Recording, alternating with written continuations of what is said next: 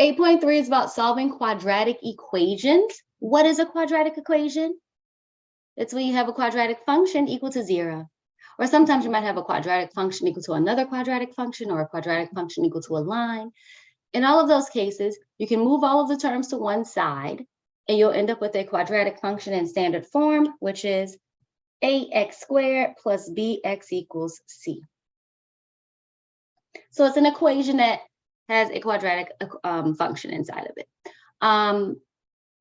We have already practiced a little bit solving these types of equations. When we found the x-intercepts algebraically, we set the quadratic function equal to 0 and solved by factoring. That's an example of solving a quadratic equation. In this section, we're going to learn a few different techniques for solving quadratic equations. All right, so I'm just going to jump straight past this. We can solve, as always, algebraically, numerically, and graphically. Solving numerically and graphically is essentially just asking, what's the x-intercepts of, what's the x-intercepts of the function? Once you put the function in, or the equation in standard form, whatever quadratic function you're left with on the left-hand side, if you're trying to figure out when that is equal to 0, that's the same as asking where are the x-intercepts. We know how to find the x-intercepts on a graph. We know how to find the x-intercepts from a table. The x-intercepts would be given wherever y is equal to 0. And then to solve algebraically, we know that we can try to use factoring. And then there's also a couple other techniques we can use. The square root property, the quadratic formula, and completing the square. Those are all different algebraic techniques that we can use to solve quadratic equations. The biggest thing to remember, though, is before you try to use any of these methods, usually you want to start off, especially factoring, you want to start off by making sure all of your terms are on one side of the equation and your function is in standard form. Okay? For part A, all right, so we're going to start here with practice problem 1, exercise A, x squared plus 5x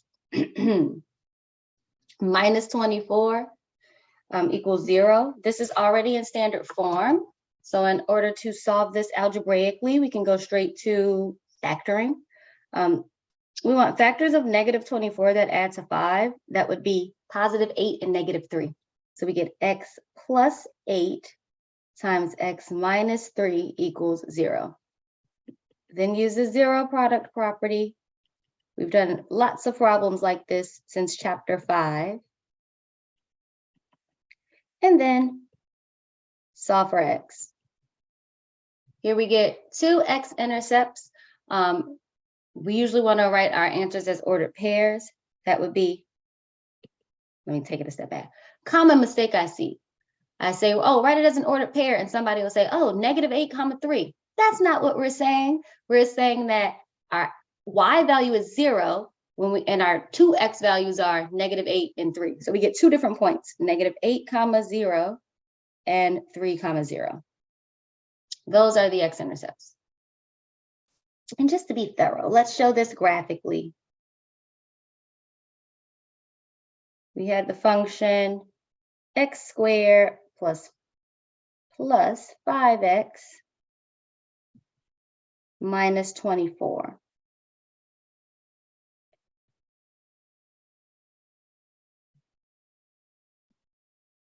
All right, when we graph this, we see on the graph as well that the x-intercepts, or the zeros of this function, are at negative 8 and 3. Pretty straightforward. All right, for the next problem, we have negative x squared minus 8x equals 16. If we put this in standard form, that's negative x squared minus 8x minus 16 equals 0. We can factor out a negative or divide everything by a negative 1. You can think of it either way. And this is the same, the solutions for this would be the same as x squared plus 8x plus 16 equals 0. All right, and then this factors to x plus 4 times x plus 4 equals 0. So in this case, both of our factors give us the same equation, x plus 4 equals 0, and we get x equals -4. So this is an example where we only have one x-intercept. Is that possible? Of course it is. This happens when our vertex is on the x-axis. So when we graph this, you'll see that the vertex is at -4, 0. That's the other thing I wanted to point out. To solve this equation, our original equation was -x² minus 8x equals 16. Previously, we said we can solve stuff like that by letting the left-hand side of the equation be y1 and the right-hand side of the equation y2, and then we can find the intersection. You can still do that. So you can find the intersection points for -x² minus 8x and 16. Or you can move all of the terms to one side and then find the zeros. You might be thinking, well, isn't that the same thing? The answers will be the same. I'm going to show you how the work looks, or the graphs look a little bit different. So let's start with using this equation in standard form and finding the zeros. -x² minus 8x minus 16.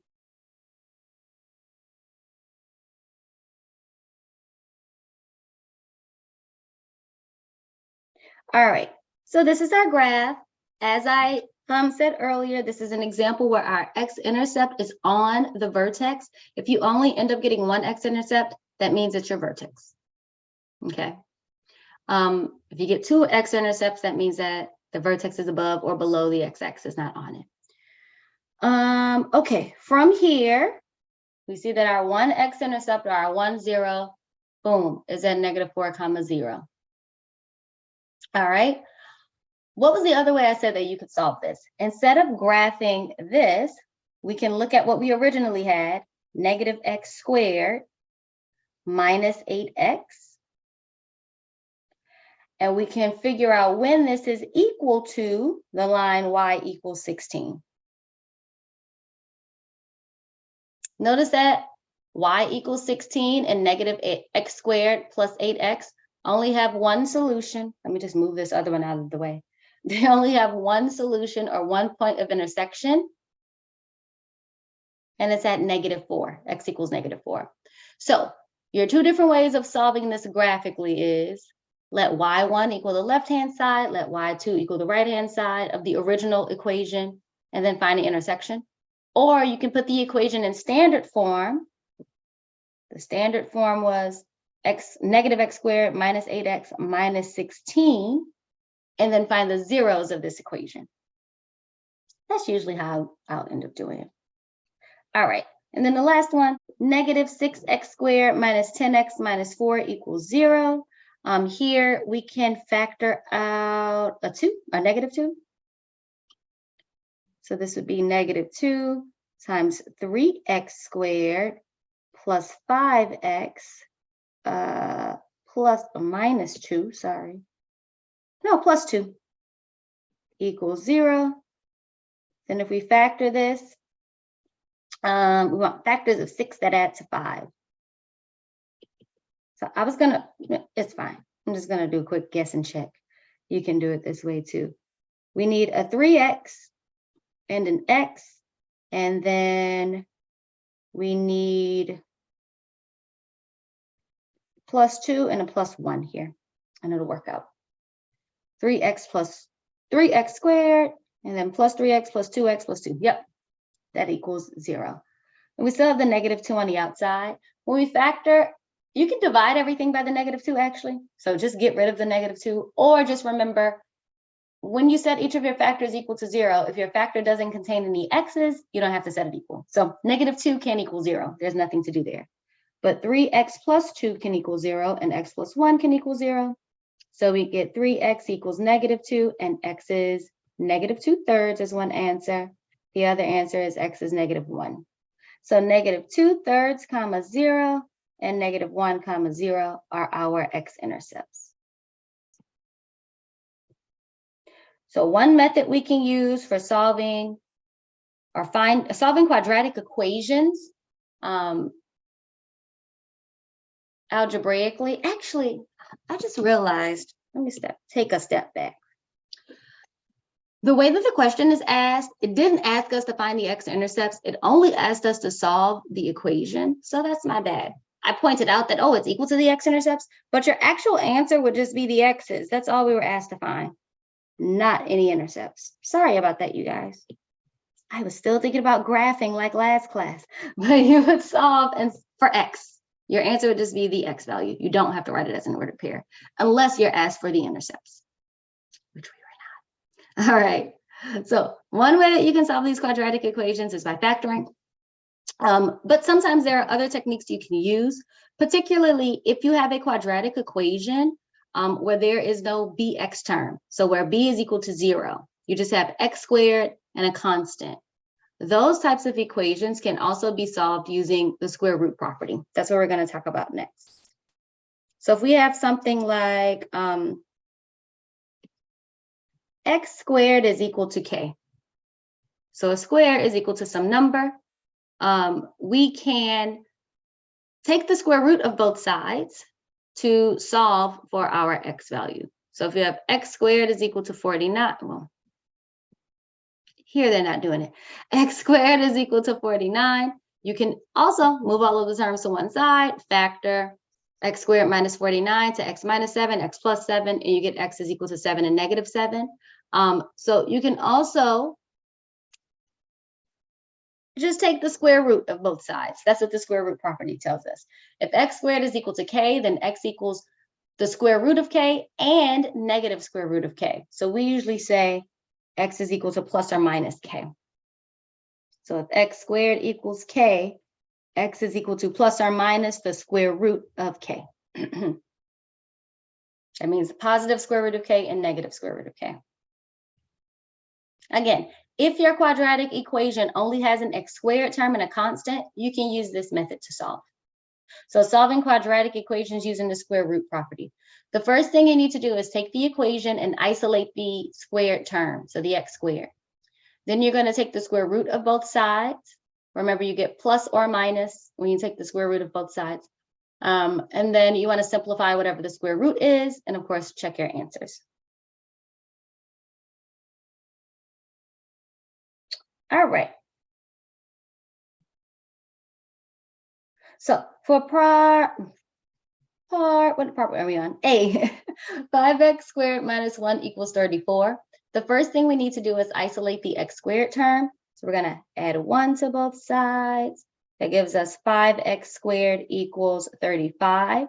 Then if we divide both sides by 5, x squared is equal to 7. Then if x squared equals 7, and we take the square root of both sides, x is going to be equal to plus or minus the square root of 7. So those are our two solutions. X equals, then what does this mean? X equals positive square root of 7, and x equals negative square root of 7. All right, if you check this answer, if you plug in the square root of 7 for x, you get the square root of 7 squared, which is just 7, times 5, that's 35, minus 1, which is 34. So it checks out. It'll work out with negative square root of 7 as well. And that's it. Square root property is nice. For the next problem, 3 over 2x squared minus 3 equals 18. This is, we need to add 3 to both sides first. So 3 over 2x squared equals 21. Then we need to get rid of the 3 over 2. So to do that, we can multiply by the reciprocal on both sides, 2 over 3. This all cancels, and we're left with x squared on the left-hand side. On the right-hand side, 21 times 2/3 would be 14. 21 divided by 3 is 7, and 7 times 2 is 14.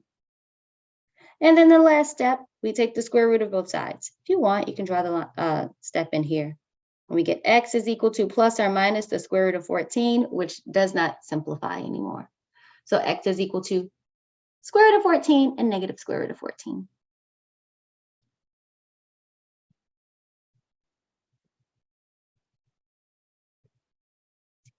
If you have radicals that can be simplified, you do want to simplify your radicals. But lucky for us, There's no simplifying for these first two. And again, you can leave the answer as this if you want to. I'm just expanding it just to make sure we all understand what the plus or minus symbols mean.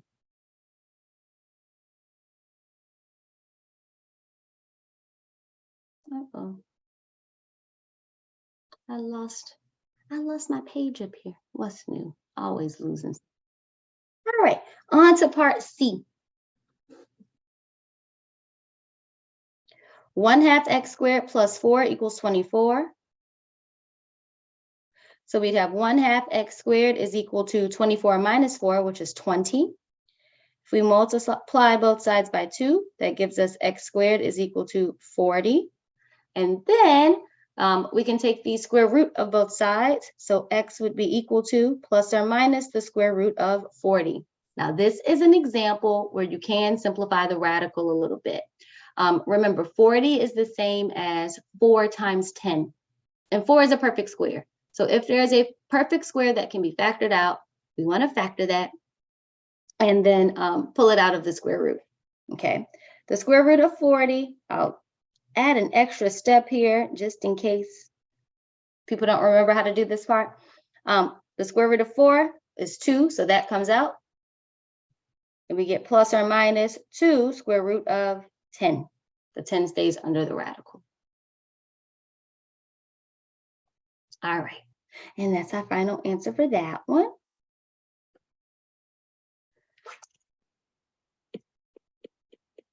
All right, and last one.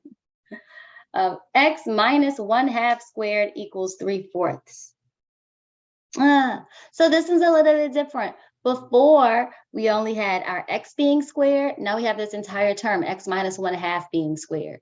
It's already isolated, so we can go straight to taking the square root of both sides. But notice this time, after we take the square root, we won't have x solved for. We'll have x minus 1/2 solved for. So there'll be an additional step, but that's okay.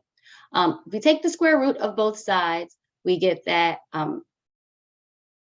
x minus 1/2 is equal to plus or minus the square root of 3/4. All right, now we have lots of things to do here. First, the square root of 3/4 can be simplified. The square root of 3 is just the square root of 3, but the square root of 4 is 2. So the right-hand side there is plus or minus the square root of 3 divided by 2. All right, then from here, we just have one more step. To solve for the x, we're going to add 1/2 to both sides. X then would be equal to, and you can put it in the front or at the end. You can write it as 1/2 plus or minus the square root of 3 over 2. You can break it into 2, or you can write it this way. 1 plus the square root of 3, because they have a common denominator. So you can write them both over 2. Either answer works. 1 plus or minus the square root of 3 over 2, or 1/2 plus or minus the square root of 3 over 2. So again, this is the square root method. So far, we have two methods that we can use for solving quadratic equations. The first one was to solve by factoring if possible. The second method is to, if you are able to, if you have an x squared term and a constant term, we can solve by using the square root method. Isolate the square to one side of the equation, and then take the square root of both sides and solve for x. Another algebraic technique that we can use is completing the square. We talked about completing the square in the last class. All right, we'll look at one of the problems from example 3 and go through the steps together in the book, and then we'll jump into the practice problems to do some of these on our own. So we're asked to solve the quadratic equations by completing the square. The first step in doing a problem like this is to move your constant to the other side of the equation. So you want to isolate the x squared plus bx part. For x squared plus 10x equals 11, that's already done for us. The 11 is on one side. We have the x squared plus 10x on the other side. In this case, our b is equal to 10, okay? And notice to complete the square here, they added 25 to both sides of the equation. Before, when we completed the square in the last class, we said, oh, we're going to add and subtract a number on one side. The equivalent thing we can do in this case is to add the same number on both sides of the equation. Now, If you're struggling with figuring out where they got that 25 from, it's b over 2 squared. So in this case, b is 10, b over 2 is equal to 5, and b over 2 squared then is 5 squared, which is 25.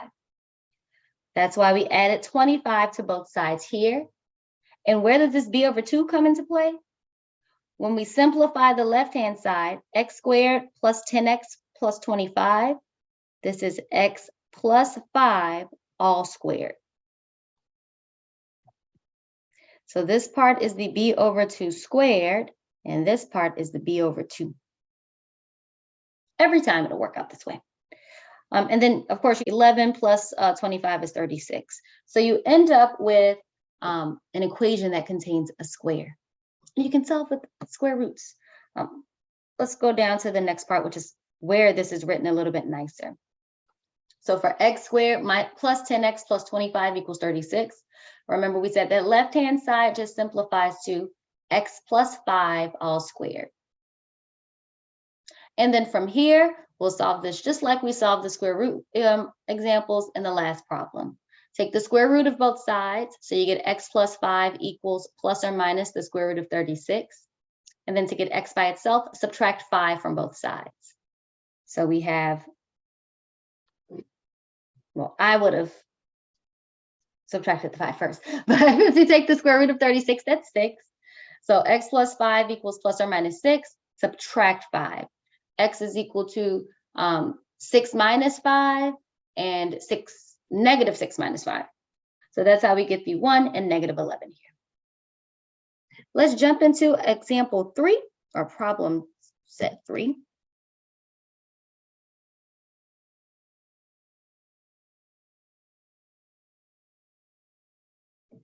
And we have 4 problems that we're going to solve here by completing the square.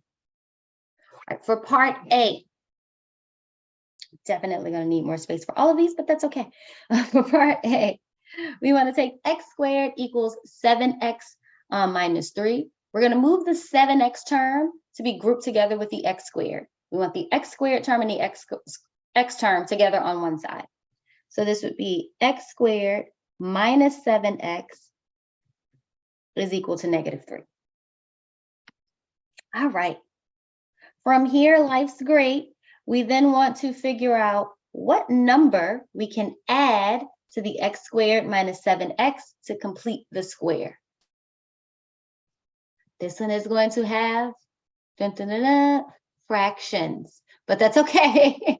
Please do not let fractions scare you. In this case, b is equal to negative 7. So b over 2 would be negative 7 over 2. And then b over 2 squared, negative 7 over 2 squared is 49 over 4. This is the fraction that we're going to end up adding to both sides of our equation. All right, we can do this, guys. So let me see, just to make this look a little bit nicer. Actually, I'll just go to another row. We're going to have, this is side work, x squared minus 7x plus 49 over 4. And if I add it to one side of the equation, I have to add it to the other side of the equation as well. From here, on the left-hand side, what was the reason of the point in adding the 49 over 4? It's because this is going to simplify to a perfect square. This is going to be x plus whatever your b over 2 term is. In this case, it's negative 7 over 2. So we'll have x minus, that's an interesting one, x minus 7 over 2 squared. Okay, and then that equals negative 3 plus 49 over 4. We have to add these two together. Negative 3 can be written as negative 12 over 4, and then that's plus 49 over 4. If I simplify this a little bit, we get x minus 7 over 2 squared equals 37 over 4.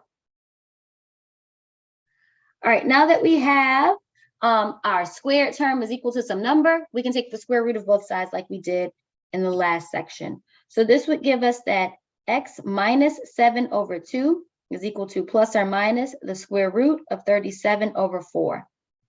The square root of 37 over 4 can be simplified a little bit. The square root of 37 can't be simplified, but the square root of 4 is 2. So this becomes plus or minus the square root of 37 over 2. And the last step, we can add 7 over 2 to both sides. And we get x is equal to 7 over 2 plus or minus the square root of 37 over 2. And since both of these fractions have a denominator of 2, we can combine this to one expression and say x is equal to 7 plus or minus the square root of 37 over 2.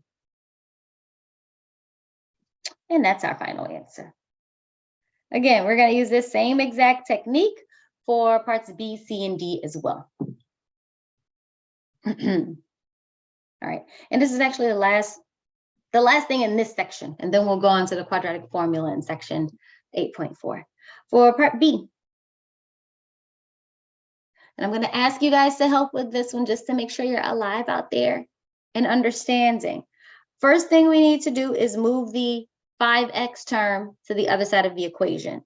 So we'll write this as x squared minus 5x. Don't know what happened there. Equals 9.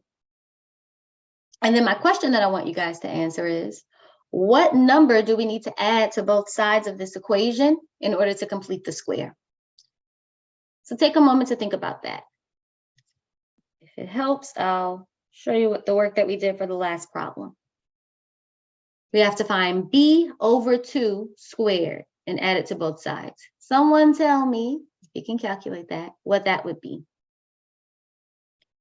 B over 2 squared, someone said that it's 25 over 4. Correct. So B is equal to, again, this is side work. You can, if you do enough of these, you can probably do it in your head. B is equal to 5. B over 2 then is 5 over 2. And then B over 2 squared would be 5 squared over 2 squared, which is 25 over 4. And we're going to add that to both sides of the equation. So we end up with x squared minus 5x. I'm going to leave a little space there. Plus 25 over 4 on both sides of the equation. All right, now we have completed the square. We've made a perfect square trinomial on the left-hand side there. Now we can simplify and solve. The left-hand side is going to simplify to x. Something's wrong. Sorry, I just realized I have a sign error here. B is negative 5. That doesn't change what we added, so that's good. So B is actually equal to negative 5, and B over 2 is negative 5 halves. That's important here because we end up getting x minus 5 over 2 squared. Okay, and then that would be equal to 9 plus 25 over 4. We can write the 9 as, we want to write it with a denominator of 4, so that's 36 over 4 plus 25 over 4. All right, let's get to simplifying things. On the right-hand side, 36 plus 4 over 4 plus 25 over 4, that would be what, 61 over 4? So we have x minus 5 over 2 squared is equal to 61 over 4. And then now that our squared term is isolated, we can take the square root of both sides to solve here. That would give us x minus 5 over 2 equals plus or minus the square root of 61 over 4. Just like with the last problem, for this square root, we can take the square root of the denominator, but not the numerator. So we can simplify this a little bit and write it as plus or minus the square root of 61 in our numerator over 2 in our denominator. All right, then just 2 more steps to solve for x and simplify. x would be equal to 5 over 2 plus or minus the square root of 61 over 2. And we can simplify that to 5 plus or minus the square root of 61 all over 2. On to part C. I actually want you guys to, this isn't a good one for you to try. This one's a little bit harder. So I'll do part C with you, and then I'll let you try part D. For part C, we have 4x squared plus 2x equals 20. Okay, and the reason why I said this one is a little bit harder is because we don't just have an x squared, we have a 4x squared. So in order to solve this problem, we first need to factor out a 4 so that we have x squared plus bx on one side. So you can either factor out a 4 or divide everything by 4, whatever way you want to think about it. Since we're solving an equation, I would just say let's divide everything here by 4. And why are we choosing 4? That's because we want the a term to be 1. Right now our a term is 4, so we're getting rid of the 4. This would be x squared plus 1/2 x is equal to 5. All right. Now this is set up nicely so that we can complete the square. In this case, b is equal to, move you up a little bit. B is equal to 1/2. Then b over 2 would be 1/2 divided by 2 is 1/4. And then b over 2 squared would be 1/16. Okay, let's see what we get here. If we add 1/16 to both sides of this equation, we have x squared plus 1/2 x equals 5. We are adding 1 over 16 to both sides of the equation. And then the left-hand side of the equation is going to simplify to x plus 1/4 all squared.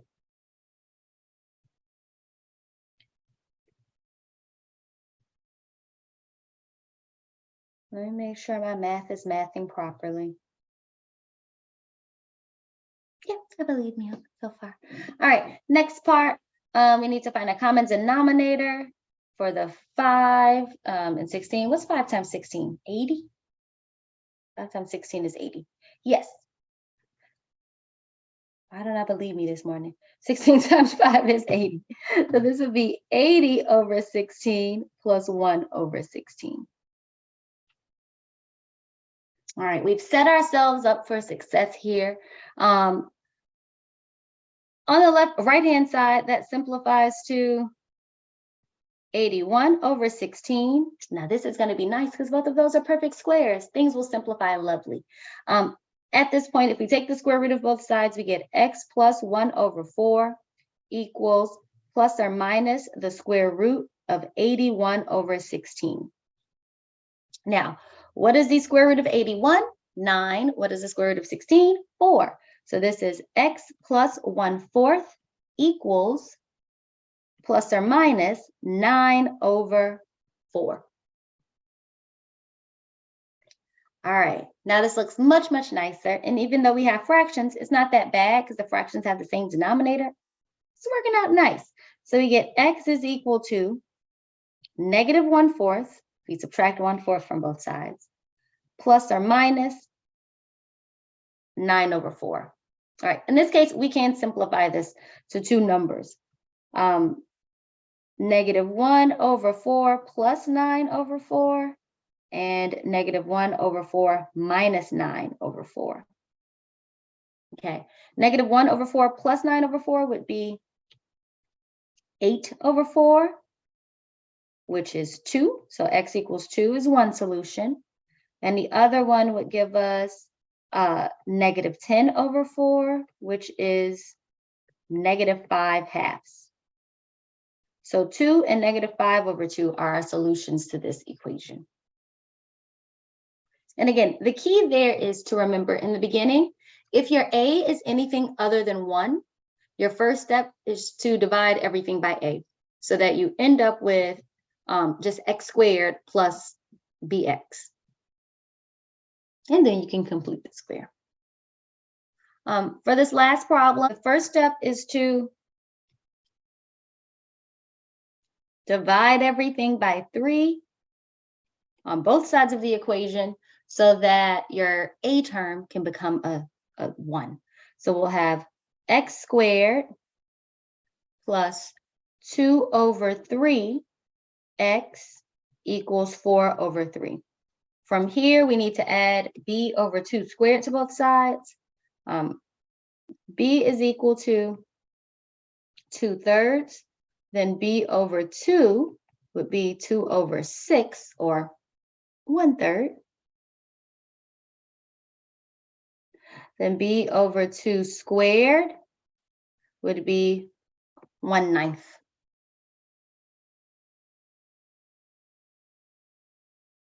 Okay, so we're going to add 1/9 to both sides of the equation. X squared plus 2 over 3x. And we're going to add 1 over 9 to both sides of the equation.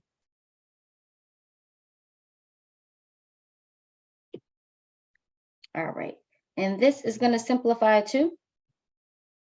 On the left-hand side, x plus 1 over 3 squared, and that's going to be equal to 4 over 3 plus 1 over 9. That would give us 12 over 9 plus 1 over 9.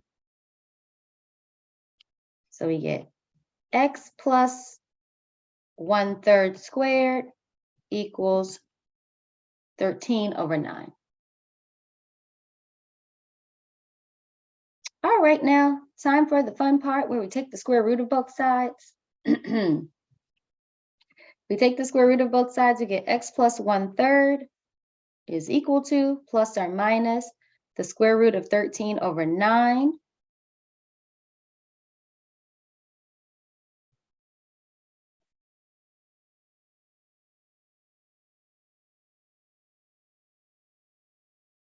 Sorry, y'all, I'm just trying to make sure I didn't make any mistakes anywhere. So I'm getting a different answer than they had in the book, but that's okay.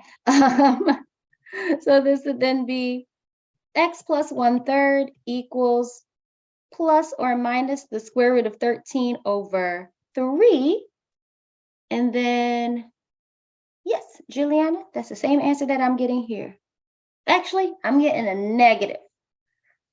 So you have 1 plus or minus the square root of 13 over 3. I'm getting a -1 because we're going to have to subtract this 1/3 from both sides. So you have minus 1/3 plus or minus the square root of 13 over 3. And finally, that would give us -1 plus or minus the square root of 13 over 3. Section 8.4. Now, I'm just going to jump straight down to what the quadratic formula is. The first page of this section, though, kind of derives the quadratic formula so that you understand where it comes from. But here it is. If we have ax squared plus bx plus c equals 0, so you have to have your quadratic equation in standard form, all of the terms on one side. You identify a, b, and c. X, or the solution to this equation, is going to be -b plus or minus the square root of b squared minus 4ac over 2a. Every single time, this will give us our solutions. So this can be used to find the x-intercepts of a quadratic function or the zeros of a quadratic function, or to solve any quadratic equation. All right, I'm going to jump straight to the practice problems. There are 6 problems here. Let's do A, let's do D, and let's do E, because that looks interesting. And maybe F. F has fractions. Who doesn't love fractions? Okay, so for the A, we have 2x squared plus 9x minus 5 equals 0. To start, this is already in standard form for us, so that's great. We can go straight to A equals 2, B equals 9, C equals -5. Okay. Once you identify A, B, and C, I'm going to write it at the top here. The quadratic formula is x equals negative b plus or minus the square root of b squared minus 4ac over 2a. Okay? Then this is going to give us x is equal to negative b would be negative 9 plus or minus the square root of 9 squared minus 4 times 2 times negative 5. And that's all going to be divided by 2 times 2. That's 2a. All right. Let me double check my numbers here, make sure we plugged everything in. Negative 9 plus or minus, so negative b plus or minus the square root of b squared minus 4 times a times c. I believe us. All right, once you simplify this, sometimes the term under the radical, it's called the discriminant. It will equal a positive number. If it equals a positive number, then you'll end up with 2 x values, okay? You'll end up with 2 solutions. Sometimes it will equal 0. If it equals 0, then you only end up with 1 solution for x. And then occasionally we'll get a negative number. And if we get a negative number, that means that there are no real solutions to the system, but we can give imaginary solutions. Because remember, the square root of a negative number is an imaginary number. So no real solutions is sometimes an option. All right, let's simplify this. Here we'll have x is equal to negative 9 plus or minus the square root of 81 plus 40. Over 4. That's negative 9 plus or minus the square root of 121 over 4. And this one works out very nicely. The square root of 121 is 11. So we can simplify this completely. So negative 9 plus or minus 11 over 4. We want to write out what both of our answers are. Negative 9 plus 11 over 4. And negative 9 minus 11 over 4. Negative 9 plus 11 over 4 is, what's that, 2 over 4? So x equals 1/2. And negative 9 minus 11 over 4 would be negative 20 over 4. So x equals negative 5. Those are the 2 solutions to this equation. So this is an example where our discriminant, or the term under the radical, simplify or is a positive number, so we end up with 2 solutions to our quadratic equation. For part D, because he said we're going to skip B and C.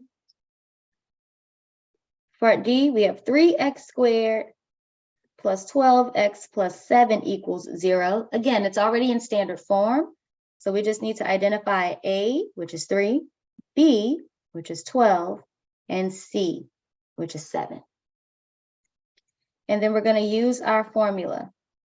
X is equal to negative 12, that's negative b, plus or minus the square root of 12 squared minus 4 times a times c. So in this case, it would be 3 times 7. Okay, and this entire expression, before the plus and minus or after, is going to be divided by 2 times a, so 2 times 3. From here, let's simplify this stuff. We have x is equal to negative 12 plus or minus 144.84. All right, gives us, oh, oops, I almost forgot my denominator. Don't forget your denominator. Negative 12 plus or minus the square root of 60 over 6. The square root of 60 would be, 60 is 15 times 4, and 4 is this, the square root of 4 is 2. So we get 2 square root of 15. So this would be negative 12 plus or minus 2 square root of 15 over 6. At this point, you can try to simplify if each of the 3 terms that we have 2 terms in the numerator and 1 in the denominator. If they all have a common factor, you can simplify. In this case, they're all even, so we can cancel out a 2 from everything. That would give us x is equal to negative 6 plus or minus The 2 cancels out, so just the square root of 15. And then 6 divided by 2 would be 3. And that's our final answer. This is another case where we have 2 solutions.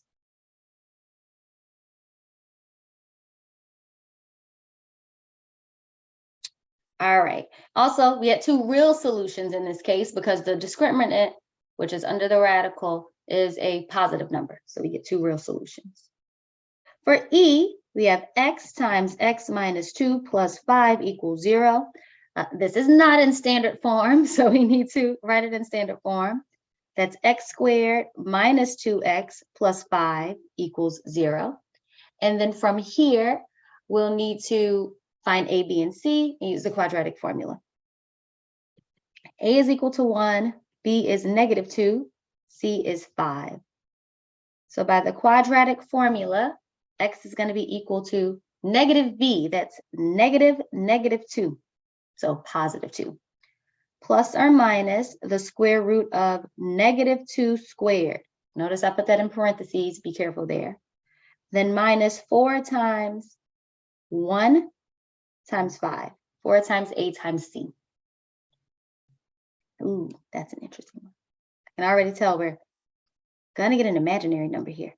And I'll tell you how I can tell in just a second. All right, that's 2 times 1. All right, now if we look at the discriminant, the part that's under the radical, we have negative 2 squared, which is going to give us a 4. And then minus 4 times 1 times 5, 20. 4 minus 20 is going to give us a negative number under our radical. So we get x equals 2 plus or minus the square root of 4 minus 20 over 2. So x is equal to 2 plus or minus the square root of 16. Sorry, this should be a 2 over 2. I'm sorry, the square root of negative 16 over 2. And then if you think back to what we learned in section 7.7, what is the square root of negative 16? Well, that negative, the square root of negative 1, gives us an I, and then the square root of 16 is 4. So the square root of negative 16 is 4i. We get an imaginary number here. Okay, so this would be 2 plus or minus 4i over 2. And then if we divide everything by 2, we get x is equal to 1. So that would be 1 plus or minus 2i. You divide everything by 2. Last one, I just want to do a problem that has some fractions in it just so that we can practice more. All right, we write this in standard form. That's 1/2 x squared plus 2/3 x minus 1/3 equals 0. So a is 1/2, b is 2/3, and c is negative 1/3. All right, then using the quadratic formula, x will be equal to negative 2/3 plus or minus the square root of 2/3 all squared minus 4 times 1/2 times negative 1/3. And this is all going to be divided by 2 times 1/2. All right, let's see how things simplify here. Negative 2 over 3 plus or minus the square root of 4 over 9 minus, or this would actually be plus 4 over 6 when we're done multiplying everything. And then our denominator will just be 2 times 1/2, it's 1. So for this step, I'll just put that this is a 1. It's going to go away. So we're left with negative 2/3 plus or minus the square root of, we want to simplify this, 4/9 plus 4 over 6. So we'd have 8 over 18 plus 12 over 18, which would be negative 2/3 plus or minus the square root of 20 over 18. Okay, which is 10 over 9. All right, so negative 2/3 plus or minus the square root of 10 over 9. We know the square root of 9 is 3. The square root of 10 we can't simplify anymore. So this would be negative 2/3 plus or minus the square root of 10 over 3. And we can combine that to get x is negative 2 plus or minus the square root of 10, all divided by 3. All right, last little thing. I've said this verbally as we've gone throughout these problems. If we look at the discriminant, which is the term under the radical, b squared minus 4ac, just by calculating that, we can determine whether or not we have two solutions for x, one solution that's a real number or one solution that is not a real number, okay? Or a solution that's not real. Here's how we do that. If b squared minus 4ac is positive, then we have the square root of a positive number. We can calculate that. We'll end up with two real solutions, okay? If b squared minus 4ac equals 0, the square root of 0 is 0, so that whole plus or minus part goes away, and we're just left with b over 2a.